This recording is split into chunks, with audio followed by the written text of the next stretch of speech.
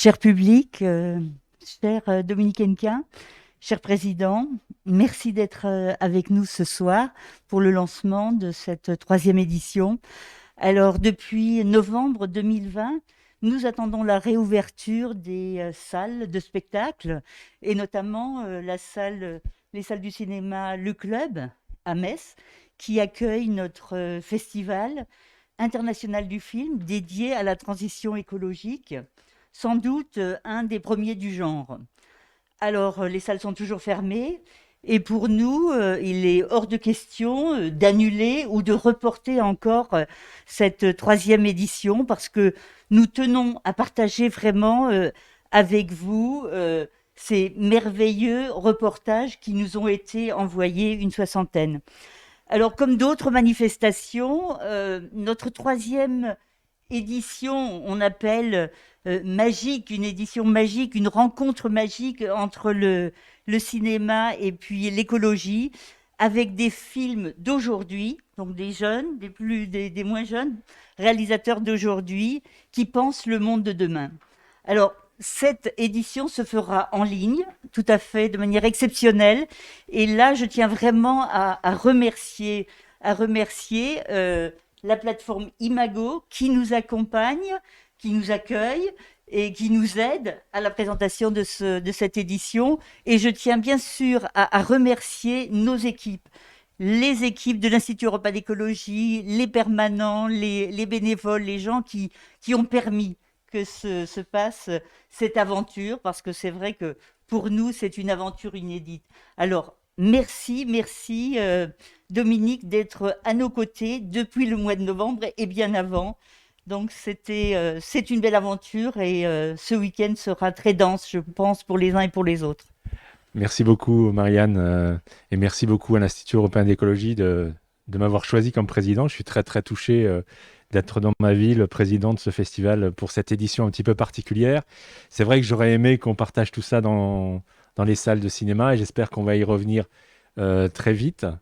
Et bon, je pense que le programme est formidable. J'ai regardé les films qui ont été sélectionnés par un comité de sélection qui a beaucoup, beaucoup travaillé parce que effectivement, il y a eu, je crois, plus de 60 films qui ont été proposés Oui, et il fallait en sélectionner quinzaine. une quinzaine, malheureusement.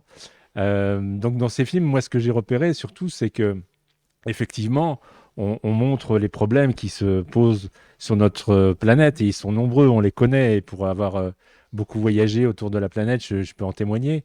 Mais j'ai repéré aussi et surtout que ces films avaient des messages souvent positifs qui nous montraient des voies Mm, intéressantes, des chemins mm. à prendre.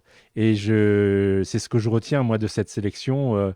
Il faut oser le futur, c'est une des phrases qui est dans un des films, phrase de Thomas Sankara. Et je pense que c'est un festival de solutions et que, voilà, peut-être que c'est ça aussi l'avenir de Mhm. ce festival dans les prochaines éditions. Voilà, et ce qu'il faut rajouter, c'est que après chaque présentation, nous avons un débat. Et donc, ce sont maintenant au suivant, Catherine et Charles qui vont présenter ce programme de ce week-end. Voilà, donc ça se fait.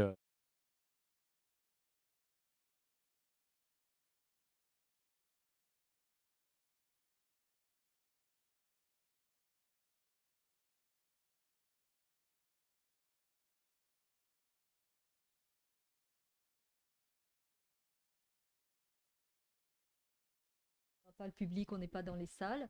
Néanmoins, à chaque fois, c'est une belle rencontre. C'est aussi une aventure parce que on a l'occasion de rencontrer des réalisatrices et des réalisateurs très talentueux qui nous présentent des sujets pour lesquels souvent ils se sont battus pour réussir à réaliser ce film. Et cette année, bah, comme on le disait, on a une très belle sélection et on peut considérer toutes ces personnes, enfin tous ces réalisatrices et réalisateurs aussi comme des lanceuses et lanceurs d'alerte, parce que souvent, ils vont chercher des sujets qui sont encore peu connus et qui intéressent tous les publics, ils vont alerter les publics et ils vont à la rencontre de gens vraiment, là aussi, souvent extraordinaires, c'est-à-dire qui, grâce à peu de moyens, parviennent à réaliser, à lutter contre, contre les difficultés qu'ils peuvent rencontrer pour l'environnement.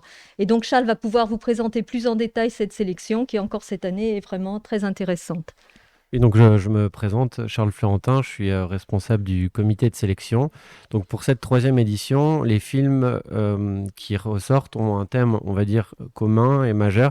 C'est autour de l'agriculture, de l'agroécologie et par à coup de la question animale, de la souffrance animale et aussi des pesticides, hein. Donc, ça permet vraiment d'avoir une vision, hein, on va dire, systémique sur le sujet. Donc, on a sélectionné 6 longs métrages, 3 moyens et 3 courts. Les longs métrages, c'est vraiment des documentaires cinématographiques parce qu'on est avant tout aussi un festival de cinéma.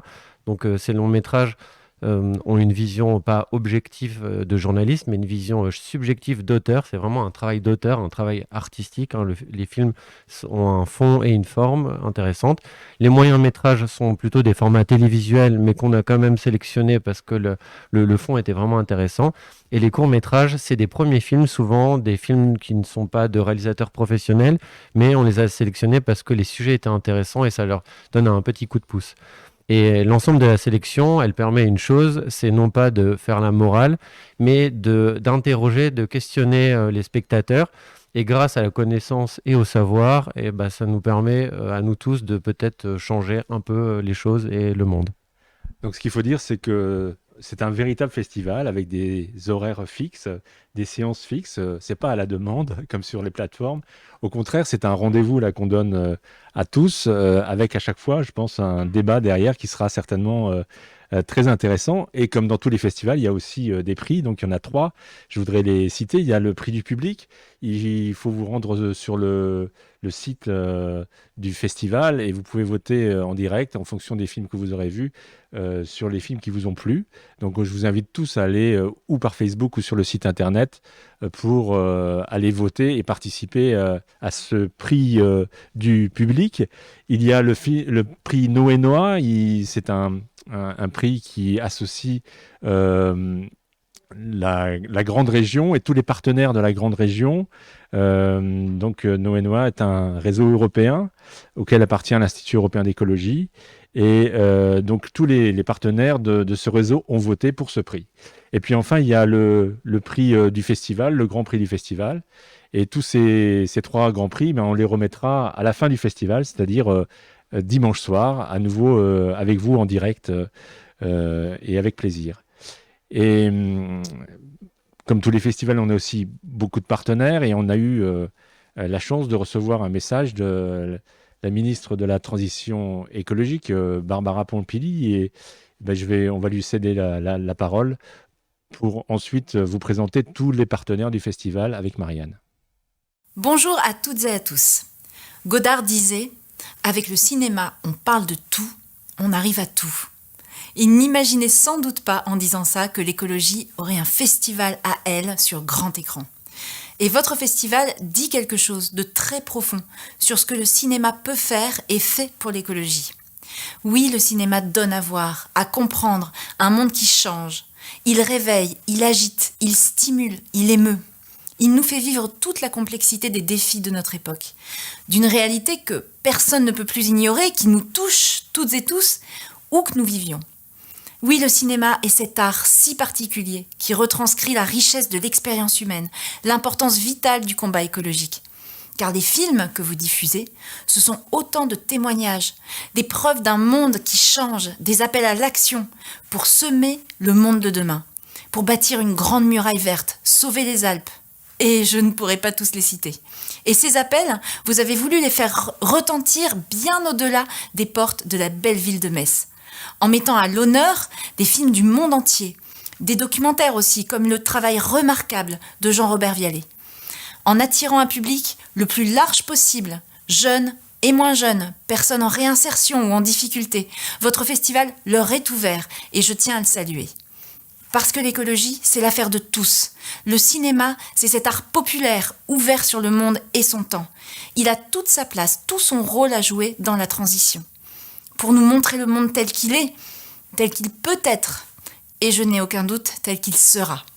Alors je suis très heureuse qu'à Metz, l'écologie ait son festival de films, que la Terre ait son cinéma. Merci à toutes et à tous, et bonne séance.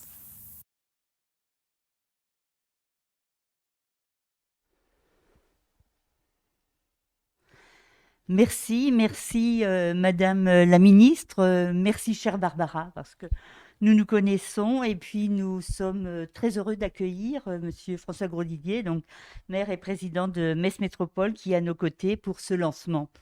Alors, parmi les nombreux partenaires qui soutiennent ce festival depuis le début, je voudrais en nommer quelques-uns. Et je voudrais commencer ici au pays de Robert Schuman, au cœur de l'Europe, dire que même si l'Europe parfois est malmenée, eh bien, l'Union européenne est à nos côtés, est aux côtés de la culture et nous aide, nous, dans le cadre de ce festival, et je tenais à le souligner.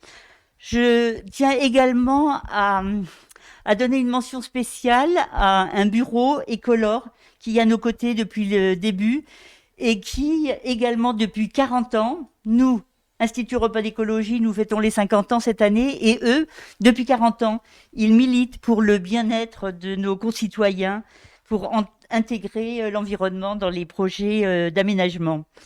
Et puis, nous avons d'autres partenaires. S'il n'y avait pas cette situation particulière sanitaire de Covid, nous serions aujourd'hui même à Sarrebruck pour ouvrir le festival. L'an dernier, nous étions à Luxembourg. Et donc, je pense que nous avons avec nous les représentants de Film Bureau, donc qui sont également un cinéma d'art et d'essai à Sarrebruck, où on aurait dû ouvrir avec le même film en langue allemande. Donc, est-ce que Elena est avec nous de Film Bureau? Que nous avons tous. Aucun visage en fait, mais c'est peut-être dû à mon ordinateur. Mais voilà, là j'ai mis la caméra. Ah, bonjour Elena. Voilà, bonjour. Hello, très heureux que tu sois avec nous. Je suis contente aussi d'être là. C'est vrai que c'est en ligne et non à Sarrebruck malheureusement. Mais voilà, on est content de coopérer de cette manière avec le festival et voilà, de pouvoir quand même présenter un autre film du coup cette année. Voilà, donc est-ce que vous êtes prêts 2021 d'ouvrir l'édition 2021 à Sarrebruck? Oui, tout à fait.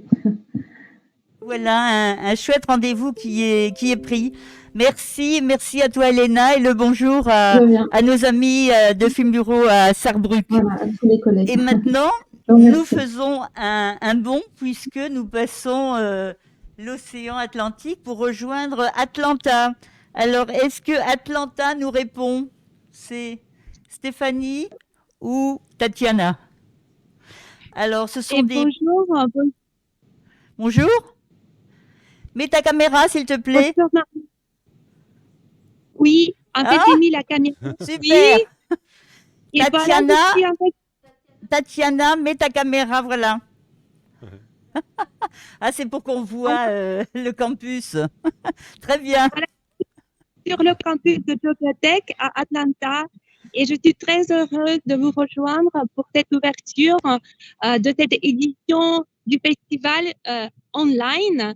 Et en fait, ça me fait penser à l'année 2019, quand nous étions là à Metz, moi et mes étudiants, toute une équipe pour donner un coup de main, pour aider pendant le festival, mais aussi nous avons travaillé sur le projet Youth for Planet et nous sommes allés dans des écoles pour filmer de petites vidéos, en fait pour aider.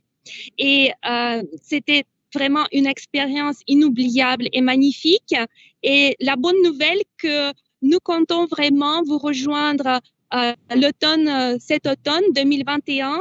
Et cette fois avec ma collègue Stéphanie Boulard. Et alors, je laisse la parole à Stéphanie et je souhaite un bon visionnement, bon festival. Et voilà, bonjour, coucou d'Atlanta. Merci Tatiana. Et bonjour Stéphanie.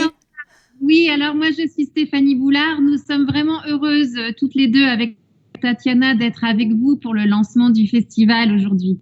Le festival de Metz, pour nous, c'est vraiment très important parce que ça pose des questions d'écologie, de développement durable, pour sensibiliser le public aux enjeux environnementaux et donner de l'écho aux initiatives positives. Et pour nous, c'est vraiment essentiel pour la prise de conscience des problèmes, des défis qui sont à relever. Et la jeune génération le sait. Et nos étudiants de Georgia Tech à Atlanta sont vraiment impatients de participer à la prochaine édition du festival en personne, on espère, n'est-ce pas? Oui, bien sûr, parce qu'il y a parmi la jeune génération aujourd'hui beaucoup de jeunes qui veulent changer les choses. Donc pour nous, on est vraiment très heureux que nos étudiants puissent contribuer au dialogue international sur la transition écologique que le Festival de Metz propose. Donc vraiment merci. Bon festival cette année, on vous accompagne, on est là. Et puis, j'espère en personne donc à Metz en 2021 à l'automne. Merci Stéphanie, nous également, toute l'équipe de l'Institut, on vous attend avec grande impatience parce qu'il y aura vraiment beaucoup de travail et du bonheur d'être ensemble. Et je vois que nous a rejoint également Jean-Robert Viala, donc là je cède la parole à Monsieur le Président. Et je pense qu'on en parlera peut-être un petit peu tout à l'heure pour lancer le film. Mais tout de suite, je voudrais donner la parole à Monsieur François Grosdillier, qui est le maire et président de Metz Métropole. Merci d'être là ce soir. Je pense que cette édition virtuelle est bien réelle. Et je voulais savoir un petit peu ce que vous pensiez de ce festival dans cette ville et peut-être de comment vous voyez son devenir dans les années qui viennent. Écoutez, d'abord, moi, je vous remercier d'abord de m'avoir invité. Ensuite, vous remercier de m'avoir invité. Vous saluer tous ceux qui nous écoutent, saluer en particulier nos amis frontaliers, et puis dire que nous sommes pressés, mais vraiment impatients, de retrouver à Metz les étudiants d'Atlanta. Donc, il nous manque sur le Technopole. On est pressé de les revoir et on sera heureux de participer avec eux à la prochaine édition du festival. Là, on devrait quand même en être sorti, on devrait quand même revenir à une vie normale, hein, et on se retrouvera ensemble dans les salles de cinéma. Alors, moi, je vous remercie d'avoir imaginé et puis d'avoir trouvé des partenaires pour imaginer de tenir ce festival, même s'il est online. Il fallait le tenir parce qu'il fallait faire cette édition, préparer la suivante. Et vous posiez la question, moi je souhaite qu'il se développe. Metz, on est ici dans ce haut lieu où on sent l'âme de Jean-Marie Pelt, qui il y a 40 ans, on était tous très jeunes, on existait à peine encore. On a imaginé ici l'écologie urbaine, on l'a conceptualisé, on l'a même concrétisé dans la réalité de la ville. Et puis, on est toujours partagé parce qu'au cours de ces décennies, quand on voit à la fois, on a le sentiment que la conscience environnementale se répand de plus en plus largement, mais qu'en même temps, on perd la course de vitesse pour la transition énergétique et finalement, on va aller au-delà des degrés d'augmentation, on va vers des emballements et on sent bien qu'on va pas assez vite. Alors, à chaque fois qu'on parle d'écologie, il faut à la fois parler à la raison, il y a des faits, il y a des arguments, on n'est pas dans des mythes, on n'est pas dans une utopie, et en même temps, il faut susciter l'émotion. C'est la meilleure façon de faire passer le message. Quand j'étais maire de la commune d'à côté, qu'on avait imaginé faire un festival de l'écologie, on n'avait pas fait que des conférences, on avait transformé tous les ans une salle polyvalente en une vaste serre botanique, et on sentait bien que tous les visiteurs étaient touchés par le milieu. Donc on parlait à la fois à l'intelligence et au sens. De la même façon, on rêve là de faire à quelques pas d'ici un pavillon de la biodiversité de la 6e extinction des espèces à la Cour d'Or, là à 2 pas, et on va le penser ensemble, où on exhume là les spécimens naturalisés de notre ancien muséum d'histoire naturelle et qui, croisés aux nouvelles technologies, vont présenter les enjeux de la 6e extinction. Et le cinéma, c'est le plus puissant vecteur parce que il parle à la raison aussi et il suscite l'émotion. Donc, il faut l'utiliser à fond parce que c'est du plaisir, mais surtout parce qu'il est le meilleur vecteur des messages. Donc, effectivement, on a trop de documentaires, on a trop même de fiction qui reste un peu trop confidentielle. Donc il faut les porter, il faut les faire connaître. Et je souhaite que vous continuez. Vous aurez tout le soutien de la ville, de la métropole dans les années qui viennent pour que ce festival, qui a quand même démarré avec de tout petits moyens, moi je vous ai admiré presque avec le scotch et quoi, les moyens artisanaux, vous avez fait quelque chose d'extraordinaire. Donc ça mérite d'être soutenu. Cette année, Metz et la métropole vont être certainement les principaux mécènes du 50e anniversaire de l'Institut européen d'écologie. Il faut marquer le coup. Et après, il faut qu'on monte en puissance sur ce cinéma parce qu'on sert une cause universelle et en plus, ça sert l'image de Metz. Donc, il y a 2 raisons d'y aller à fond dans l'année prochaine et les suivantes. C'est sûr qu'il y a la place pour un grand festival de l'écologie, de l'environnement en France et ce serait super que Metz devienne ce rendez-vous annuel au niveau français. Je crois qu'on a à la fois les volontés et sans flatter personne, les talents locaux pour le faire. Voilà, donc il faut les moyens et puis on y arrivera. Eh bien, ce festival né ici avec vous sera ce grand festival. Tout à fait. Metz sera le Cannes de l'écologie. Voilà. Donc je crois que c'est le moment d'ouvrir le festival. Non, tu as encore monsieur... Oui, et justement, peut-être de parler de ce film, ce premier film de ce soir, avec Jean-Robert Vialet qui est avec nous en ligne. Le film s'appelle L'homme a mangé la terre. C'est un film qui était diffusé sur Arte et qui, pour le coup, donne un petit coup de rétroviseur et nous permet de voir tout ce que nous avons produit, comment l'homme a influé sur notre planète au cours de toutes ces dernières années, en commençant au 19e siècle, et comment finalement nous sommes rentrés dans cette ère qu'on appelle l'Anthropocène, où c'est l'homme qui influence sa propre ère géologique. Et c'est un film vraiment remarquable. Moi, j'étais très, très moteur pour qu'on le diffuse dans ce festival, parce que je pense que c'était un des films majeurs de l'année dernière et qu'il avait toute sa place dans ce festival. Alors, est-ce que Jean-Robert Vialet est avec nous? Oui. Bonsoir. Je suis avec vous, je vous entends. Bonsoir à tous. Est-ce que vous m'entendez? Vous m'entendez? Avec nous pour le lancement de ce festival. Barbara Pompili a cité votre film tout à l'heure en exemple, et c'est vrai que je réinsiste, je pense que c'est un film vraiment important et majeur, même si pour le coup je soulignais qu'on aimait bien peut-être mettre en avant aussi des films qui apportent des solutions, qui apportent un chemin, une vision, mais je pense que votre film il nous permet de voir où on en est. Est-ce que vous pouvez nous dire un mot sur ce film? Oui, vous m'entendez? Je ne sais pas si vous m'entendez en fait. Est-ce que vous m'entendez? Oui. On vous entend très bien. Ah, très bien, parfait. Voilà. Écoutez, alors c'est un film qu'on a effectivement travaillé, qu'on a mis deux ans et demi à faire. C'est parti de la lecture d'un livre, en fait, qui est un livre remarquable de deux historiens des sciences français, Christophe Bonneuil et Jean-Baptiste Fressoz, qui ont écrit un livre qui s'appelle L'événement Anthropocène, qui est sorti il y a 4 ou 5 ans. Et c'est à la lecture de ce livre que je me suis dit que ce serait intéressant d'essayer d'adapter ce livre en audiovisuel, en documentaire. Et donc, je leur ai proposé qu'on le fasse ensemble. Donc, c'est un film qu'on a écrit à 6 mains. C'est un film qui dure 1h30, un peu plus même, et qui essaye de faire toute une histoire du capitalisme industriel, toute une histoire des 200 dernières années, pour nous donner à comprendre qu'est-ce qui s'est passé en 200 ans d'histoire, 200 ans de progrès, 200 ans de changement, 200 ans de guerre, enfin surtout un siècle avec des guerres importantes, le 20e. Qu'est-ce qui s'est passé pour qu'on en arrive là où on en est aujourd'hui. Voilà. Et je me suis dit que si on arrivait à comprendre ça, ça allait sans doute déjà aussi beaucoup nous aider à mieux, affronter la suite, ce qui vient.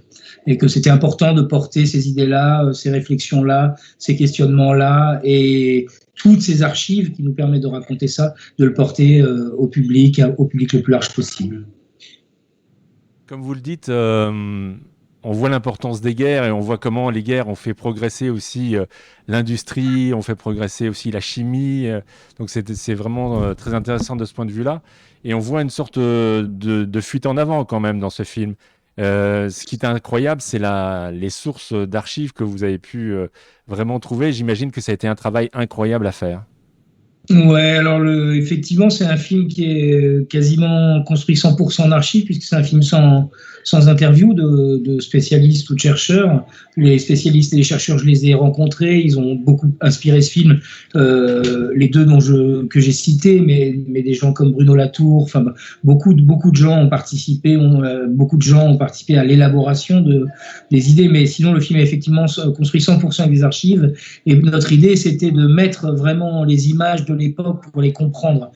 Comment, effectivement, toutes ces images des guerres, bien sûr, de l'invention de la chimie, de l'invention des objets mécaniques, des objets à chenilles qui permettent aujourd'hui la déforestation, de l'invention des parachutes qui ont